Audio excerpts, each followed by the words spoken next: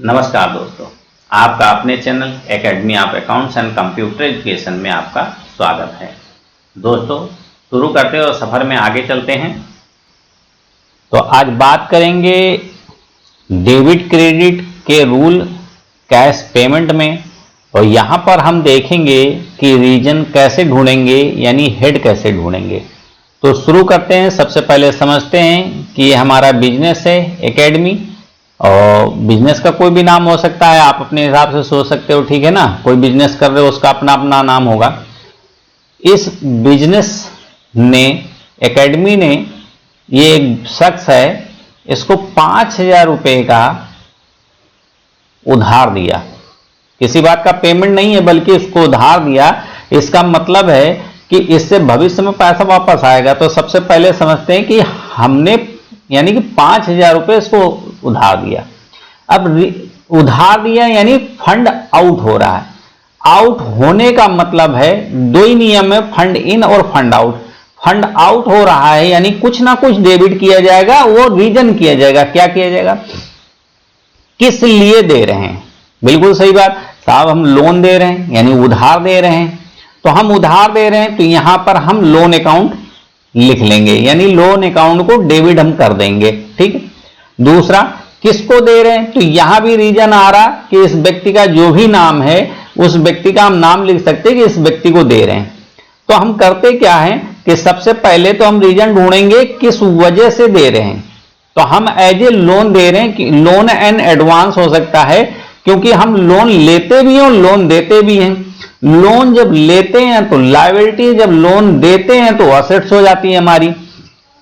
तो यहां पर लोन दे रहे हैं, तो चूंकि लोन अगर हम देने पर आए तो बहुत सारे लोगों को दे सकते हैं, हो सकता है एडवांस भी दे दे तो कई लोगों को हो सकता है। तो हम उनका क्या करते हैं कि रीजन लिखते हैं और कोष्टक में व्यक्ति का विशेष का नाम लिख देते हैं कि इस व्यक्ति विशेष को हमने दिया है, जो कि हमको भविष्य में वापस मिलेगा। तो अब इसकी एंट्री देख लेते हैं कैसे करते हैं। अब ये कैश पेमेंट की एंट्री है, और हमें समझ में आ गया कि सबसे पहले डेबिट वाला लाइन वो फिल किया जाएगा। माना एकेडमी ने 5,000 को मोहन एंड कंपनी को उधार दिया, तो जब मोहन एंड कंपनी को उधार देगा तो हम क्या है, लोन दे रहे हैं। किसको दे रहे हैं, मोहन एंड कंपनी को, ठीक है। तो यानी कि फंड आउट हो रहा। फंड आउट में रीजन को पहले हम डेबिट करते हैं, तो डेबिट में हमारा भर जाएगा क्या, मोहन एंड कंपनी, और इसके ब्रैकेट में या हम पहले लिख दें लोन्स मोहन एंड कंपनी। दोनों ही वजह सही है, क्योंकि भविष्य में हम पैसा जब वापस आएगा तो मोहन एंड कंपनी से वापस आ जाएगा। अब चूंकि रूल्स के हिसाब से डेबिट हमारा फिल हो गया, यानी डेबिट हमारा भर गया। एक लाइन हमारी भर गई, बहुत आसान हो गया, क्योंकि इसी को ढूंढना होता है। दूसरी लाइन क्या कहती है कि अमाउंट, दूसरी लाइन क्रेडिट भरनी है। अब एक लाइन तो साहब बहुत आसानी से भर गई, दूसरी क्या भरेगी। दूसरे में हम देखेंगे, कुछ नहीं देखना है, जो ट्रांजैक्शन हुआ है वो नगद है या उधार है। तो अभी चूंकि हम सारी जो प्रैक्टिस कर रहे हैं वो नगद पर कर रहे हैं, तो अब यहां हम देखते हैं कि ये कैश जो है हमारा नगद जा रहा है।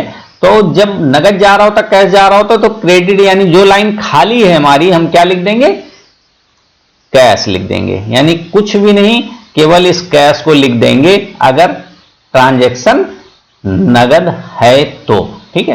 तो इस तरीके से हमारी एंट्री पूरी हो गई, यानी मोहन एंड कंपनी डेबिट और कैश अकाउंट क्रेडिट हो गया। तो आपने देखा बहुत ही आसानी से कैश पेमेंट की एंट्री, और कितने ही सरल ढंग से हमने उसको डेबिट क्रेडिट कर दिया। तो आज के लिए इतना ही, फिर नए वीडियो ट्यूटोरियल के साथ आपके साथ हाजिर होंगे। तब तक के लिए नमस्कार।